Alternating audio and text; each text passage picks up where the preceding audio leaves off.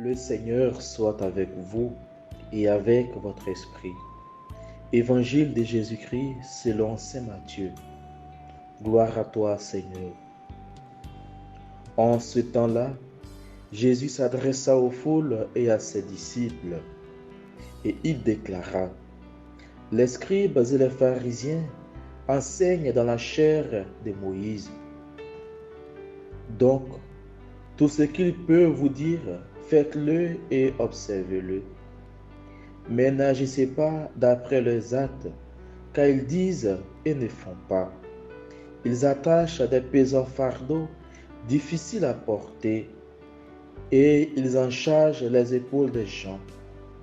Mais eux-mêmes ne veulent pas les remuer du doigt. Toutes leurs actions, ils les font pour être remarqués des gens. Ils élargissent leurs phylactères et rallongent leurs franges. Ils aiment les places d'honneur dans les dîners, les sièges d'honneur dans les synagogues et les salutations sur les places publiques. Ils aiment recevoir des gens le titre de rabbi. Pour vous, ne vous faites pas donner le titre de rabbi, car vous n'avez qu'un seul maître pour vous enseigner, et vous êtes tous frères. Ne donnez à personne sur terre le nom de Père, car vous n'avez qu'un seul Père, celui qui est aux cieux. Ne vous faites pas non plus donner le titre de Maître, car vous n'avez qu'un seul Maître, le Christ. Le plus grand parmi vous sera votre serviteur.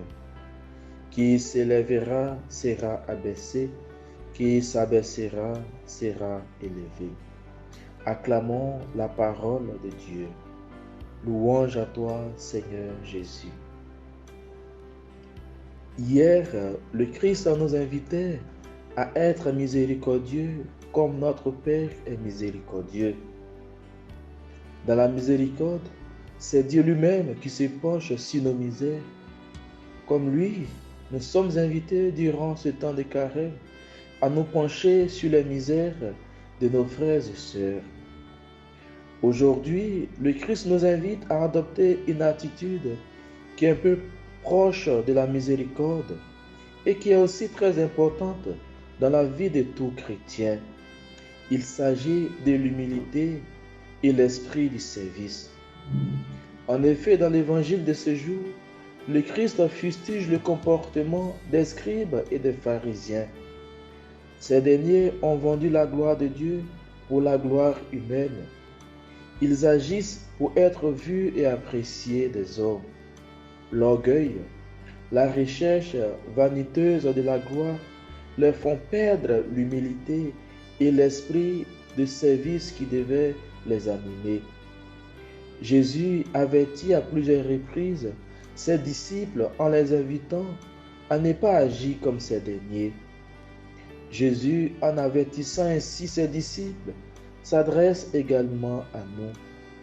Si nous voulons vraiment suivre Jésus et l'imiter tout au long de ce temps de carême et même tout au long de notre vie, laissons cette invitation de Christ descendre au plus profond de nous-mêmes. Laissons cette règle prendre racine en nous. Tout ce que vous voudriez que les autres fassent pour vous, faites-le pareillement pour eux. L'expérience de ce que j'aime ou de ce que je déteste, de ce que j'apprécie ou pas, est une bonne norme de ce que je dois faire aux autres ou éviter dans mes rapports interpersonnels. C'est cette règle qui garantira et protégera la charité, l'humilité et l'esprit du service auquel nous sommes invités en tant que fils de Dieu. L'humilité, nous dira saint François, fait reconnaître en premier lieu ses propres erreurs et ses misères. Partant, si nous sommes capables de faire la vérité sur nous-mêmes, nous comprendrons mieux les défauts des autres et serons plus disposés à les accepter, à les aimer tels qu'ils sont et à les aider. Dans le Magnificat de la bienheureuse Vierge Marie, nous pourrons l'entendre nous dire que Dieu élève les humbles et abaisse les orgueilleux. Cela est d'autant plus vrai car les instruments de Dieu sont toujours ceux qui sont humbles.